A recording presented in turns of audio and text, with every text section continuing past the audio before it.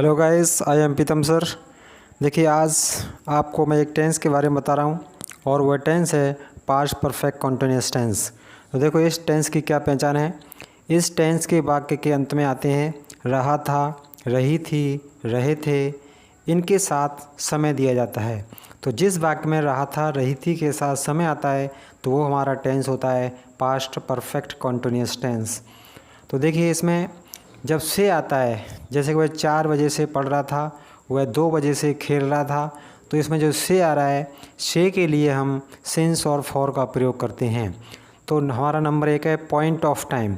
Point of time यानी एक definite समय होता है, उसके लिए हम सिंस का प्रयोग करते हैं। जैसे कि बजे हमारे 4 बजे, 5 बजे, 6 बजे, सुबह शाम। दिनों के नाम जैसे सोमवार, मंगल, बुध। महीनों के नाम जनवरी, फरवरी, मार्च, अप्रैल, मई, जून। और सन हमारी कल, दोपहर, रात। इनके लिए हम ये सिंस का प्रयोग करेंगे। ड्यूरेशन ऑफ टाइम, उसके लिए फॉर का प्रयोग करते हैं, जिसमें निश्चित समय नहीं होता है। जैसे कि 2 घंटे से, 4 दिन से, 2 महीने से, 1 साल से, 5 साल से। इस तरह के लिए हम फॉर का प्रयोग करेंगे। तो देखिए, हमारा जो अफर्मेटिव सेंटेंस है, ना तो उसमें नहीं होता है और ना ही क्या होता है। तो इसके लिए हमारा जो स्ट्रक्चर है, सबसे पहले हम सब्जेक्ट लगाते हैं, उसके बाद हेड लगाएंगे, फिर बीन आएगा, फिर क्रिया की फर्स्ट फॉर्म में आईएनजी जोड़ देते हैं, फिर इसके बाद ऑब्जेक्ट आएगा। सिंस और फॉर में से एक आएगा, जो भी समय है, पॉइंट ऑफ टाइम है या ड्यूरेशन ऑफ टाइम है। फिर उसके बाद जो टाइम है वो उसका प्रयोग करेंगे। तो एग्जाम्पल देखिए, हमारे हम सुबह से खेल रहे थे। तो हम जो क्या है सब्जेक्ट है, और खेल रहे थे टाइम दिया जा रहा है सुबह से। तो we had been playing since morning. We had been playing since morning. वह 2 घंटे से बच्चों को पढ़ा रहा था। He had been teaching the children for 2 hours. Next है, उसे सोमवार से बुखार आ रहा था। तो he had been suffering from fever since Monday. Next हमारा सेंटेंस है, यह कुत्ता बहुत देर से भौंक रहा था। तो this dog had been barking for a long time.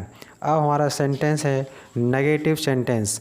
Negative में देखिए क्या करते हैं, इसमें नॉट नहीं का प्रयोग किया जाता है। तो नहीं के लिए हम नॉट लगाएंगे, यानी हैड के साथ हम नॉट का प्रयोग कर देंगे हेड के बाद, यानी हेड और बीन के बीच में नॉट का प्रयोग किया जाएगा।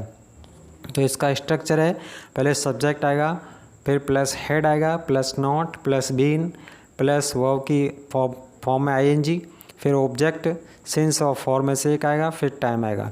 जैसे कि वह 2 घंटे से इस स्कूल में वह 2 वर्ष से इस स्कूल में नहीं पढ़ रहा है। तो इसका है he had not been studying in this school for 2 years.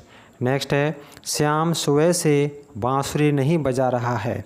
तो इसकी हो जाएगी Shyam had not been playing the flute since morning. बच्चे सुबह से नहीं खेल रहे थे। तो children had not been playing since morning.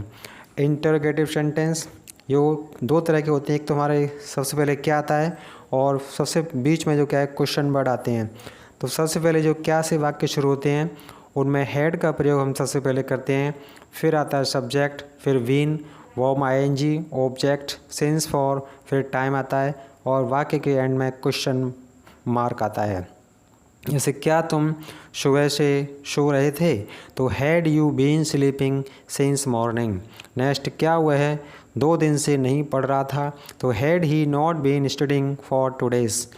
जब वाक्य के बीच में कोई क्वेश्चन वर्ड आता है WH फैमिली का, तो उस वर्ड की इंग्लिश सबसे पहले आती है। सबसे पहले हम क्वेश्चन वर्ड लगाएंगे, उसके बाद हेड आएगा, फिर सब्जेक्ट, फिर बीन, फिर वर्ब में आईएनजी, फिर ऑब्जेक्ट, सिंस फॉर, फिर टाइम आएगा। या फिर तुम 4 दिन से कहाँ जा रहे थे। तो where had you been going for 4 days। सुबह से तुम क्या पढ़ रहे थे। तो what had you been reading since morning.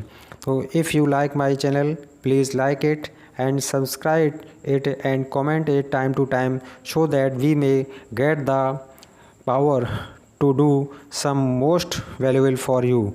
Next देखिए, एक सेंटेंस आपको ले दे रहा हूँ, उसे कमेंट पे आप मुझे कब करके दिखाएं। जैसे तुम कब से अंग्रेजी पढ़ रहे थे। तुम कब से अंग्रेजी पढ़ रहे थे, इसे कमेंट पे मुझे लिख करके दिखाएं। That's all, thank you.